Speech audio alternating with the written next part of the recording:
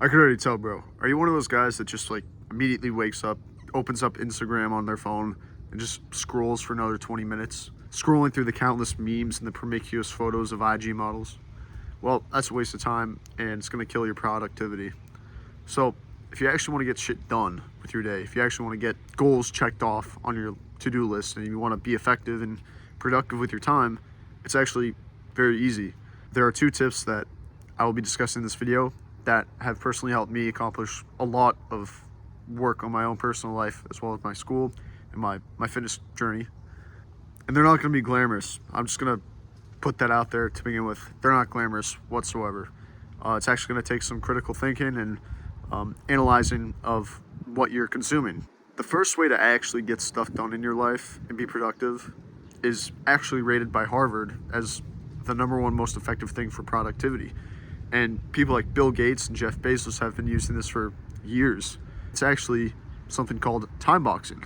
What essentially a time box is it's that. So you're probably thinking, what is that piece of paper? It looks pretty pointless, looks pretty useless. It's actually not. So immediately once you wake up in the morning, what you're gonna do is you're gonna go to the first box and you're gonna jot down a bunch of things that you have on your mind that you wanna get done for the day. Just a bunch of random things that you know you need to get done, but you're not quite sure if it's in your top 3 for your priorities. The next thing is ranking all that box and putting it into the top 3. What are the top 3 things you wanna get done for the day? Now, this one is kind of picky, but you gotta be aware of what you're actually choosing and make sure that they're all not going to take several hours a piece, but rather maybe an hour at most. So if it's a big goal, just break it off into small goals and then throw it in the top 3. And the last part of the box is scheduling what you're going to do with those 3 goals. So you're going to schedule off certain time periods throughout your day to take care of those actions. And so time boxing is very effective because you write it out on paper. It's in front of you. You see it. It's not just a thought in your head and you're like, oh wow, like I actually got to do this. I got to take care of it, which is a great way to remind yourself, I got to get this done. And so the link that I provided in the description goes to Amazon with different time boxes for sale. Personally, I'm cheap. So what I would recommend if you want to do this as well, which is what I did, was go on Google, go on images, look up time box, print out a time box for free and laminate it, and then take like a fine point black marker and every day just write on it with marker, and therefore you can reuse it. It doesn't take up a lot of space, and it's an effective means of just prioritizing what you need to get done. So now #2, the second most effective thing towards getting stuff done is reading. Now I know you're probably thinking like, yeah, like everyone knows this, I'm gonna click off. But before you do that, let me tell you why. So most people when they read is like they get the information, but they don't necessarily use it. They don't apply it towards what they're working on or what they want to get done. For example, you all know that one guy that is reading countless business books but has never started a business, or that one guy who's read a book on becoming a great leader but does not know how to effectively lead. So there's one thing of learning, but there comes to a point of applying the knowledge that you've actually learned. And I know it can be scary, I know it can be hard, but everyone starts somewhere. And even though you don't know where to start, you just got to start. And that's something that I've done many times. Like these YouTube videos, for example, I've been making YouTube videos. I started 8 months ago when I was actually overseas on a ship making these self-improvement videos. And quite frankly, I was terrible. I was absolutely terrible. I had no idea what I was getting into.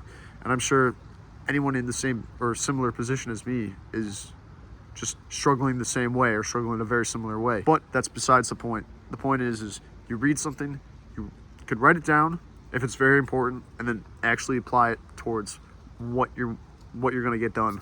Now let's say on the time box you write, I'm gonna cold call 3 clients today as one goal, right? So let's say you read a book about cold calling clients and you know what you got to do, but let's say you just don't do it. What you essentially read doesn't mean anything. Like, you know the knowledge.